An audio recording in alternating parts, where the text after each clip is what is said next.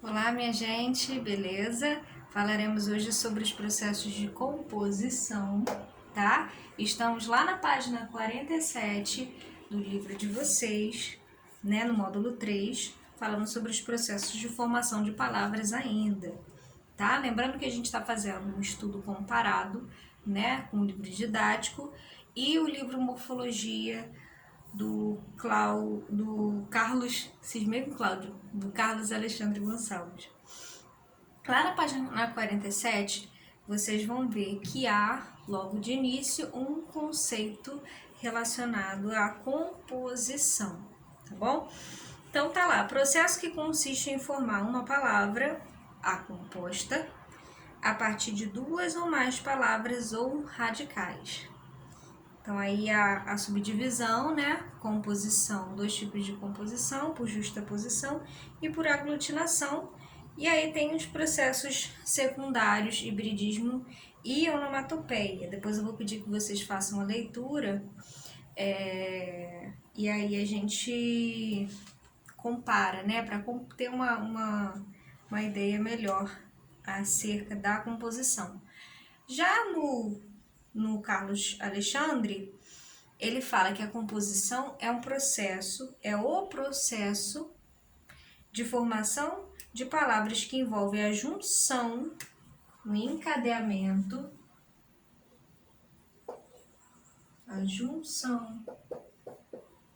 encadeamento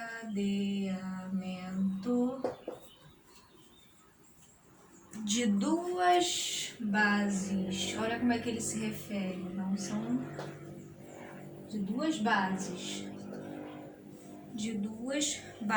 sejam elas palavras, certo? A gente sabe que há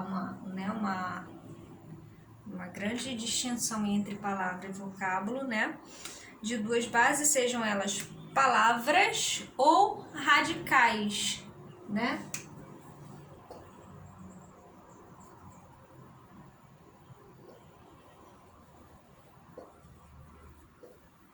Palavras ou radicais.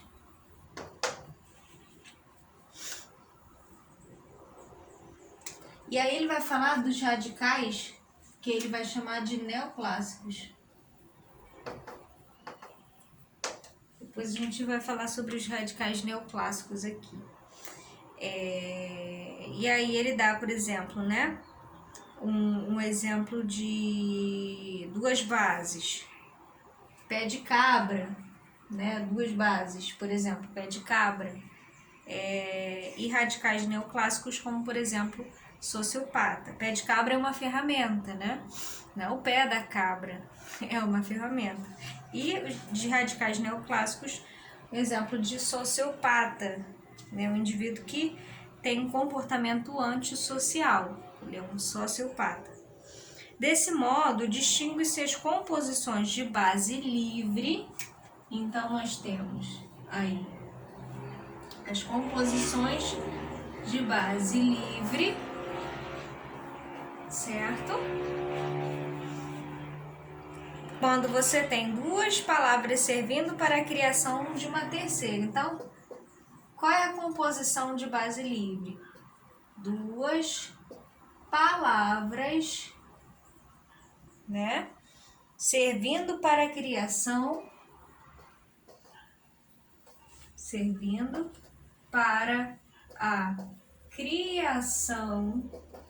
de uma terceira, tá? São duas palavras servindo para a criação de uma terceira. Das composições neoclássicas, pelo menos. Então, a gente tem a base livre, deixa eu colocar aqui em cima, e as neoclássicas, né? E as neoclássicas. Então, nós temos a base livre e as neoclássicas, tá dando para ler, para ver ali direitinho, gente? Com pelo menos um elemento do grego ou do latim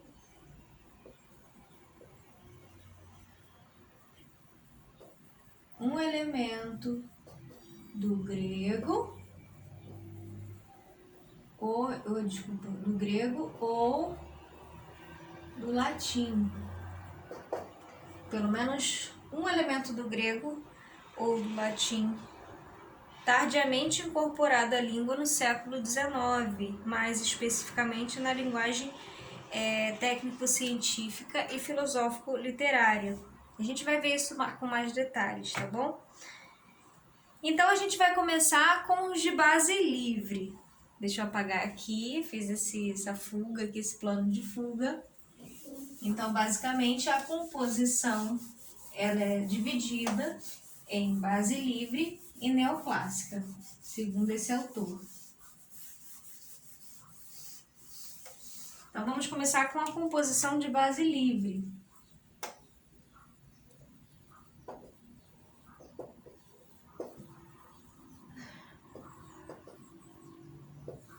Quando eu tenho uma composição de base livre, quando eu tenho duas palavras que se juntam para dar origem a uma terceira, para formar uma terceira, tá? Duas palavras servindo para a criação de uma terceira. A criação de novas palavras para denominar objetos, conceitos ou ocupações é a principal função da composição. Então, a composição de novas palavras para denominar objetos, denominar, vai servir, né, para denominar objetos, conceitos ou ocupações. É uma das principais, né? É a principal, na verdade, função da composição. As composições podem ocorrer de modo descritivo, ou seja, elas podem nomear objetos por meio de suas características objetivas mais relevantes. Então, em seu aspecto descritivo, quando nomeia objetos por meio de suas características.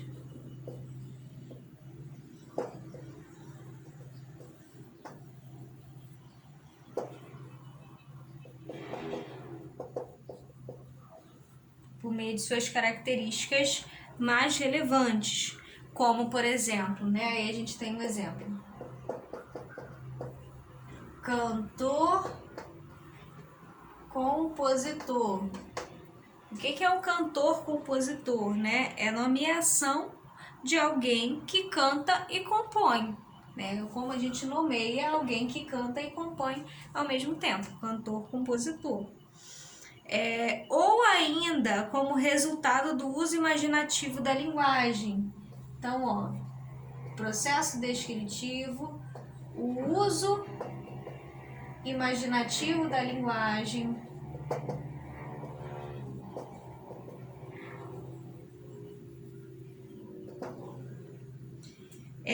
ou seja, a nossa capacidade de metaforizar, quando a gente usa de metáfora, metaforização, ou ainda o que eles chamam, na verdade, de metonização também, metaforização e metonização. Professor, o que é isso? Metáforas e metonímias, né? Olha o exemplo aí, no sentido de metaforizar, louva a Deus, né? Esse composto louva a Deus, um exemplo. Louva a Deus. O louva-a-Deus, ele é um inseto cuja posição de ataque, a posição de ataque do louva-a-Deus lembra de alguém em prece. Então, aí é uma metáfora, né? O louva-a-Deus, ele é chamado assim por conta, o uso imaginativo da linguagem, né? A gente faz as composições também não só pela descrição, mas pelo uso imaginativo da linguagem. A gente imagina, né? Olha para o louva-a-Deus, ele parece, na posição de ataque dele, parece que ele está louvando a Deus, né? Então, é por isso que a gente o chama de louva-a-Deus. Papel toalha, por exemplo, também, né? Também é uma metáfora. Papel é um papel descartável com a função de secar, né? Papel toalha. E ainda,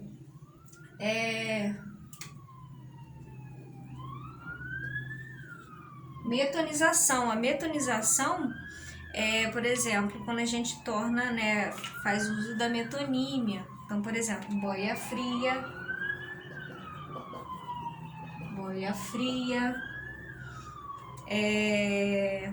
Maria Gasolina. Boia fria é o quê, né? É uma pessoa, um trabalhador rural, né? Maria Gasolina, por exemplo,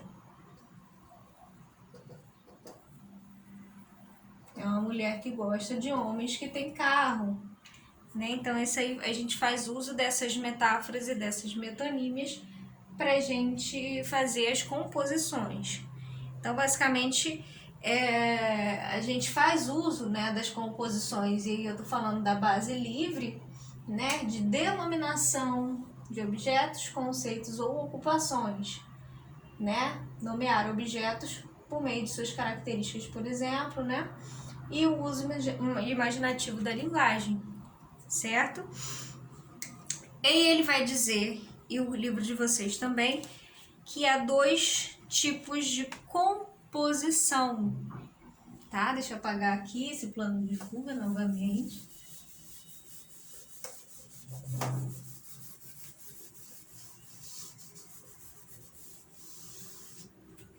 Há 2 tipos de composição. A composição por justaposição e a composição por aglutinação.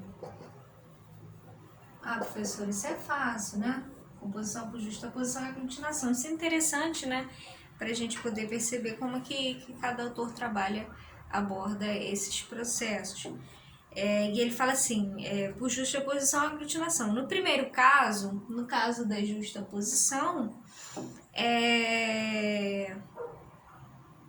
ocorre um encadeamento sem alterações sonoras ou ortográficas. Então, na justaposição, ocorre um encadeamento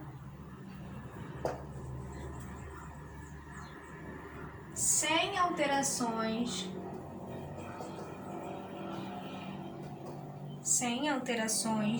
sonoras ou ortográficas. Então, aqui as bases se juntam, né? Sem alteração nenhuma, nem sonora, nem ortográfica de nenhuma das bases que se juntam para formar essa nova palavra, essa terceira palavra. Já na aglutinação, aí ele dá um exemplo de justaposição aqui, banho-maria, paraquedas, né? A gente tem os exemplos aí, banho-maria,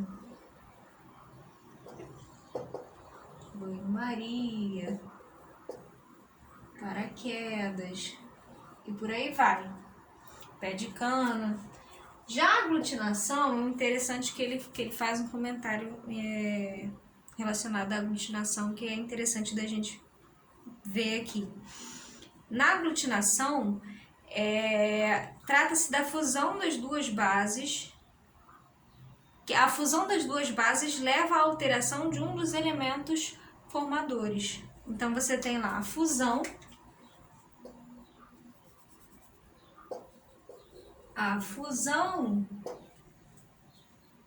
das 2 bases, leva à alteração de um dos elementos formadores.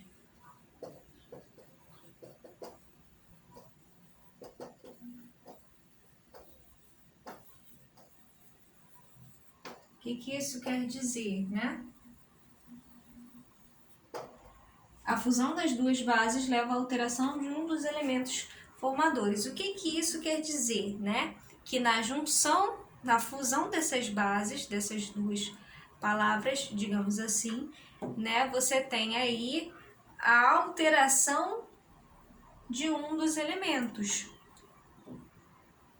Desse modo, além da alteração do significado, porque você juntando essas 2 palavras formando uma nova palavra, né? A partir dessas duas que já existem, você tem uma mudança de significado, obviamente, né? Uma das bases perde sua identidade fonológica. Olha só que interessante. Havendo troca ou supressão de segmentos e apenas um acento na nova palavra. Então, por exemplo, se água tem acento, aguardente há uma supressão, né? O acento recai, na verdade, né? Recai não, o acento cai, né? Ele não vai para nenhum, graficamente não, né? Então a gente tem a aguardente, boquiaberto, cafeicultura, entre outros. Consideramos que a aglutinação, né? E aí ele cita uma autora e fala assim: consideramos que a aglutinação vem a ser o estágio final, olha só, vem a ser o estágio final de um processo de lexicalização, no qual se perde por completo a composicionalidade. Tal é o caso de formações hoje simples, como embora e fidalgo, que as gramáticas ainda insistem em considerar compostos. Então, basicamente, ele fala, aglutinação, na verdade, né, o que ele está querendo dizer aqui, e citando essa autora, né, a Vilalva, é que os processos de aglutinação, né, por você ter a supressão, né, a perda de uma das bases, né, e aí você ter perder também além de perder a identidade fonológica, né, a essa supressão, você aí meio que você a palavra ela passa por um processo de lexicalização, ela vai sendo incorporada e perdendo a sua composicionalidade, o que algumas gramáticas, quer dizer, ela vai deixando de ser composição, ela vai deixando de ser um processo de composição ao longo do tempo. A aglutinação, ela vai deixando de ser um processo de composição, justamente por conta dessa perda. Por exemplo, embora, fidalgo, vinagre, você já não tem como dizer que separar, né, vinho acre, né, do vinagre, e dizer que é uma composição, sendo que você aí já tem uma incorporação, uma lexicalização dessa palavra, né, como você perde, né, essa ideia de composição, é isso que ele vai falar. Mas basicamente nós temos esses dois processos aí, ok? Aí a gente fala de neoclássico, composição neoclássica na próxima aula, tá bom, gente? Beijos, tchau, tchau.